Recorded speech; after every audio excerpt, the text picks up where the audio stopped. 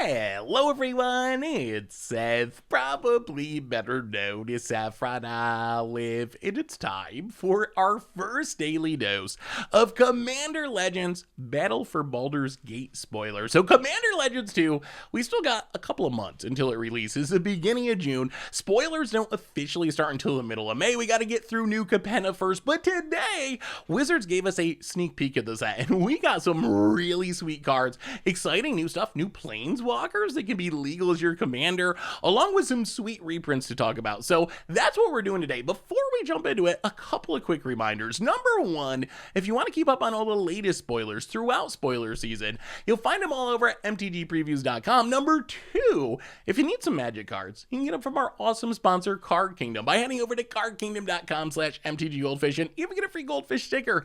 Just let them know you want one in your order notes, and they'll hook you up. So before we get into the cards, a couple of quick notes. One is Commander Legends Baldur Gate. This is a commander set. So these cards are not legal in Standard, Modern, Pioneer. They are legal in Legacy and Vintage, if they end up being relevant there, and they're legal in Commander, of course. Wizards also announced a version of the set is coming to Magic Arena. Exactly what that'll look like, we don't know. Wizards mentioned an Alchemy set with some digital-only cards and some remix versions of the paper cards and some real cards, but it's going to be draftable, so in some form it's coming to Magic Arena, so I guess that's good news. The other really exciting news is Wizards announced Command Fests are making their return alongside our new Commander Legends set. So if you've been waiting for a chance to get out, play Commander with some friends, we don't have the dates yet, we don't have the details, but multiple Command Fests coming soon. Anyway, let's talk sweet new cards from Commander Legends Battle for Baldur's Gate. So first up today, we got a new Planeswalker that can be legal as your commander, Minsc Boo Timeless Hero. So Minsc Boo, 4 mana, 3 loyalty, legendary Planeswalker. When it enters a battlefield or at the beginning of your upkeep, you get to make a Boo, a legendary 1/1 red hamster creature token with trample and haste, +1, put 3 +1/+1 counters on up to 1 target creature with trample or haste, -2, sack a creature. If you do, Minsc Boo deals X damage to any target where X was that creature's power, and if the sacrificed creature was a hamster, you get to draw X cards. So Minsc Boo Timeless Hero, this card is super sweet. This is technically our second Minsc. We got Minsc Beloved Ranger, which also had Boo, of course, his friendly little hamster. This card is so much better as your commander. This card does a lot of sweet things. If you think about what this card does, essentially the +1 is kind of like a Hunger of the Howl pack. I know, not a super exciting card, but it's like Morbid's already turned on. Putting 3 counters on something every turn is a great way to permanently grow your creatures. One of the problems with Planeswalkers and Commander is that you don't stick around for very long. But the nice thing about Minsc Boo is those counters are going to stick around on your creature, so even if it dies right away, at least you got some permanent value out of it. And then the -2 is essentially a fling, or for you MDFC lovers, a Kazul's Fury, which is a really powerful effect. If you can build a big creature, you can throw it at your opponent's face and just close out the game.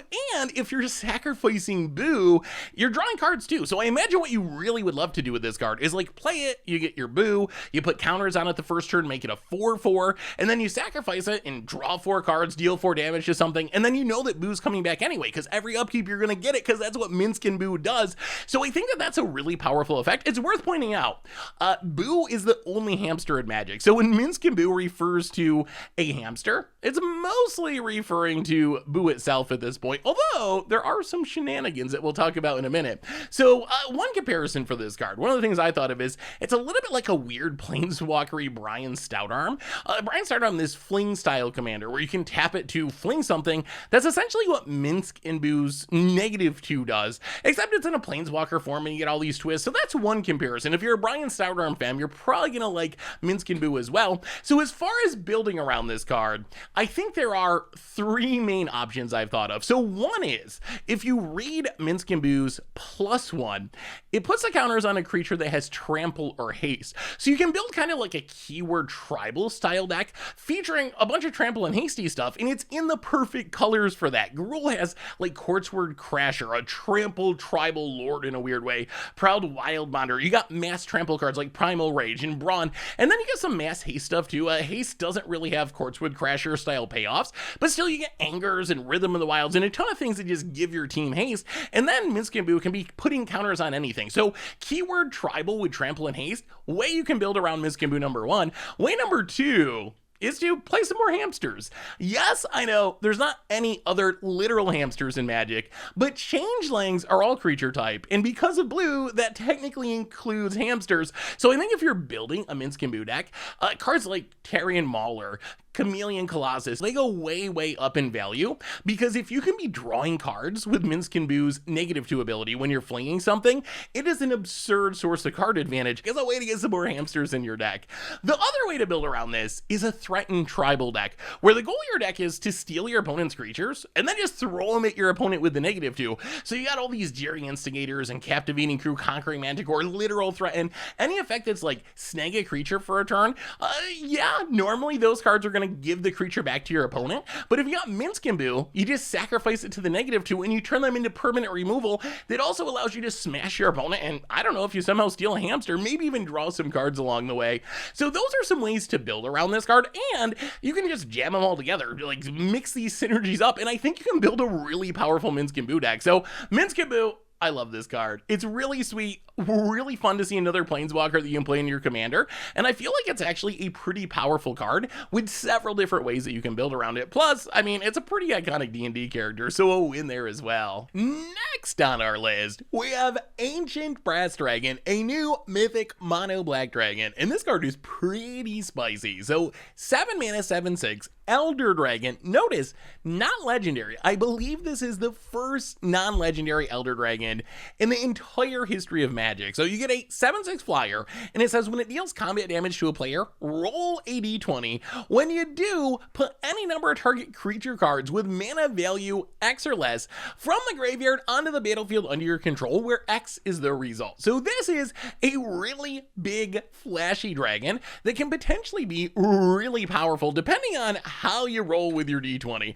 So the only downside of this card is if you look at our pre-existing dice rolling support and dice rolling commanders, black isn't really a supported color. In AFR, it was in Gruul and in Izzet, but it wasn't really in black. But we'll have to wait and see. It seems like in our new Commander Legends set, we're probably going to be getting support for dice rolling across the color spectrum. So maybe we'll have more homes for Ancient Brass Dragon once we see the rest of Commander Legends Baldur's Gate in a few weeks.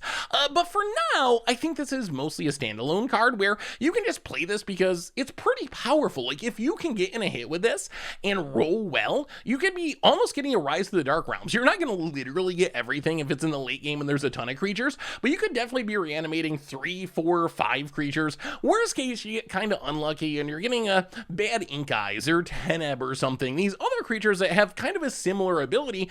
Ancient Brass Dragon, though, it's going to be swingy, it's high variance, but when you roll well, it's going to be really strong. So as far as homes for Ancient Brass Dragon in Commander, I think there's a few different options. So most obvious one, dragon decks. Like if you're playing the Ur-Dragon or Tiamat or Scion of the Ur-Dragon, this is just a really nice option for your deck. You can play it and you can attack with it and you get in a hit and maybe you get back some of your dragons, or worst case, you can reanimate stuff from your opponent's graveyard. So that's one possibility. Just play it in dragon decks. Another really neat home for this is decks that can cheat big creatures into play. Like Satoru Yumezawa is a good one.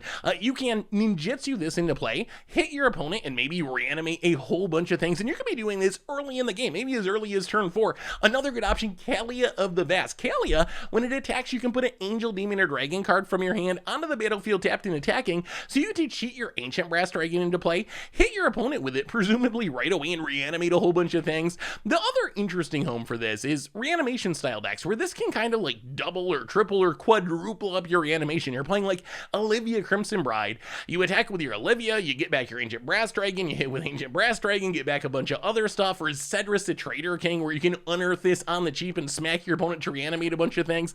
So I think that Ancient Brass Dragon, the card's super sweet. It's going to be a little risky because of the D20 aspect, and it is 7 mana, and at 7 mana, you're getting in the realm of Elish Norns and Craterhoof Behemoths, and essentially just game-ending spells in Commander. So I don't think this is going to be super busted or anything. You can put a lot of power into a 7-drop, and it's going to be perfectly fine in Commander.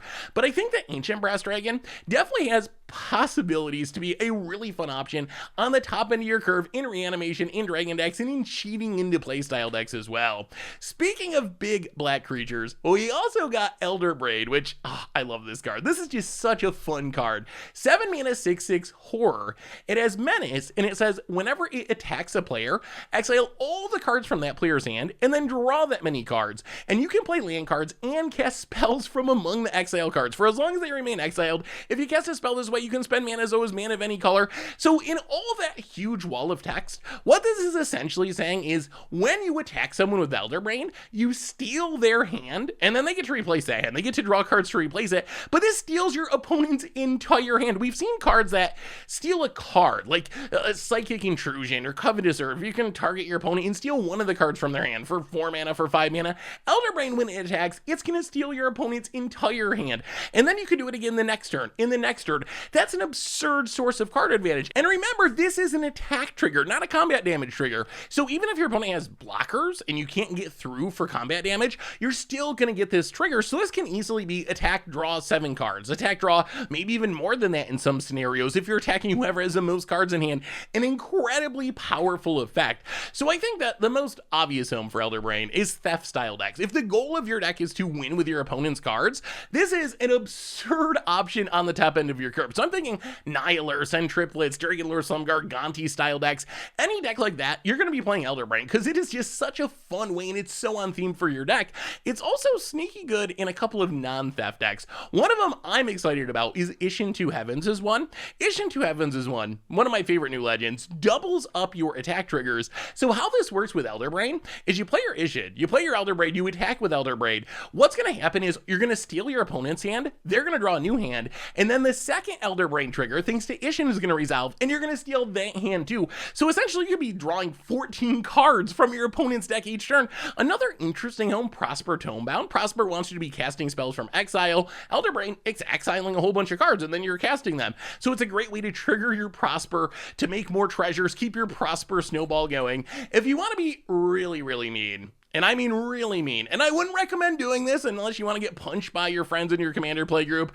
You could also stop your opponent from drawing cards, or even better, turn their card draw into your card draw. Let's say you got a Notion Thief out and you attack with Elder Braid. You're going to steal all the cards from your opponent's hand, but then your opponent's not going to be able to draw cards because you Notion Thief. You're going to draw those cards instead, so you're going to end up getting your opponent's hand in exile that you can cast, and then drawing cards equal to the number of cards that were in your opponent's hand. Or if you just want to like shut down the draw, Spirit of the Labyrinth, Narset, Parter Veils, really mean, essentially wrecking one person, stealing their hand, and leaving them with essentially no resources to get back in the game.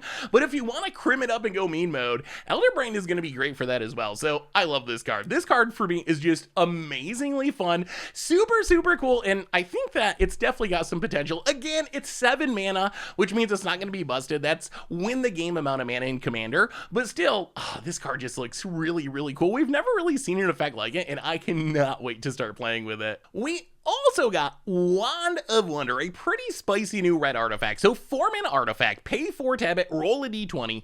Each opponent exiles cards from the top of their library until they exile an instant or sorcery card, then shuffles the rest of those cards in their library, and then you can cast up to X instant or sorcery spells from among the cards exiled this way without paying their mana cost. If you roll a 1 to 9, X is 1. If it's 10 to 19, X is 2.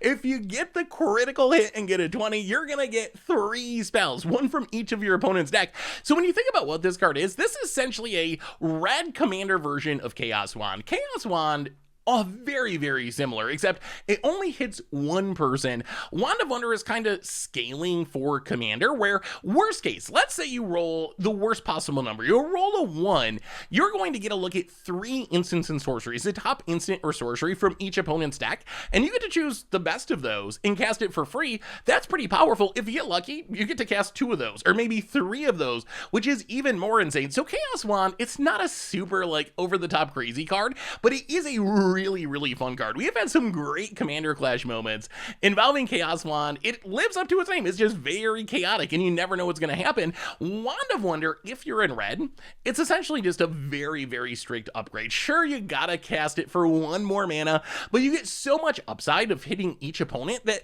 with just 1 activation, you're gonna more than make up for the higher casting cost. So if you're playing Chaos Wand in your deck, you either add Wand of Wonder in on top of it, or you just play Wand of Wonder instead if you don't have the room. As far as specific homes for this, the main place that Chaos Wand seems to play is decks that have some sort of synergy for it, like Prosper Tomebound cares about you casting cards from exile. Wand of Wonder are going to help you do that, or Karish Okan Ancient can double up your activated abilities from artifacts for 1 mana. So if you activate your Wand of Wonder, you're going to get to do it twice, which is even better. A Tally is all about stealing cards from your opponent's deck if you're on that theme. So there's definitely some fun homes for it there. Another way to go, since this works with D20 stuff, is to play in an actual dice rolling deck. We have a couple of cards so far, Barbarian Class Pixie Guide, that give you more chances to roll dice, essentially. So it's going to improve your odds of hitting that 20, or at least getting the 10 to 19 to steal 2 spells. So we'll have to see. So far, dice rolling has been pretty under-supported. We only have cards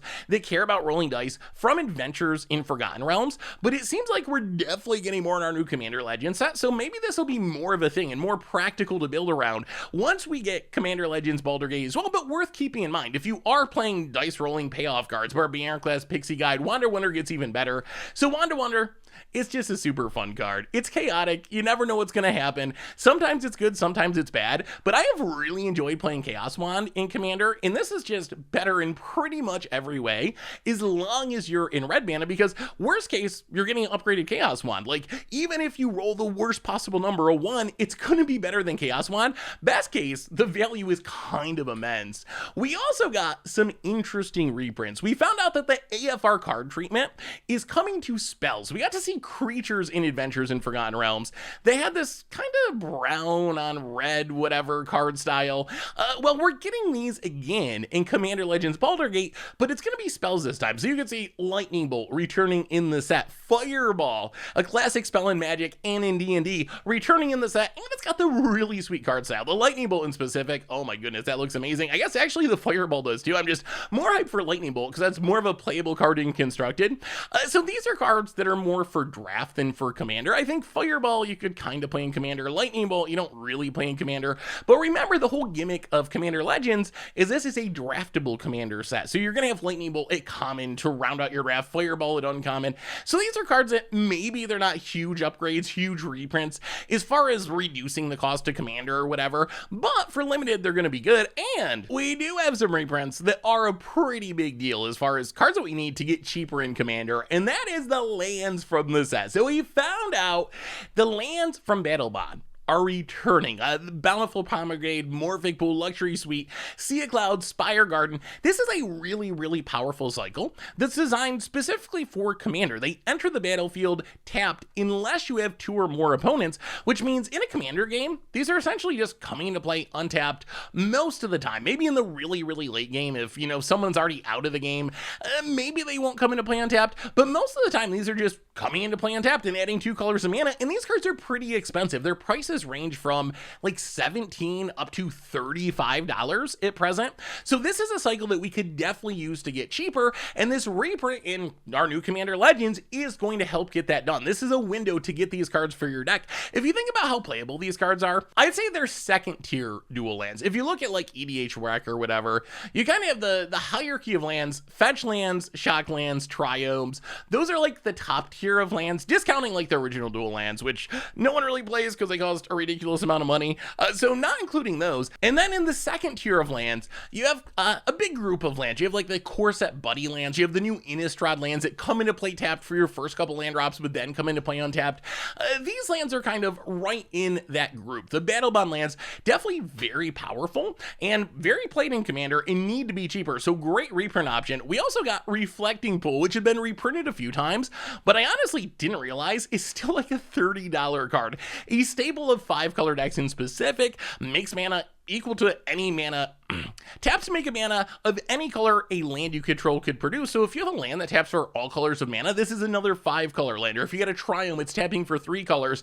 So usually once the game goes along for a couple of turns, this is going to be tapping for any color of mana you need. So this is another land that could definitely use to be cheaper, and showing up at rare in Commander Legends Baldur Gate is going to help get that done. So anyway, that has been our first daily dose of Commander Legends Baldur Gate spoilers. So let me know what you think. What do you think about these sweet new cards? How hyped are you for this set? What decks are you gonna put them in? Are you buying a box? What are you gonna do with them? Let me know in the comments. Thanks for watching, everyone. I hope you enjoyed it, and I'll be back, oh my god, in a couple of months, I guess, with more Commander Legends spoilers. I think the beginning of May we'll jump into spoiler season. We still gotta do New Capenna first. That's coming up next in a couple of weeks, and then we get a little break for that to come out, and then we'll be back to Commander Legends Baldur Gate. So we'll talk more about it then. Until then, everyone, have a wonderful day, and I will talk to you soon.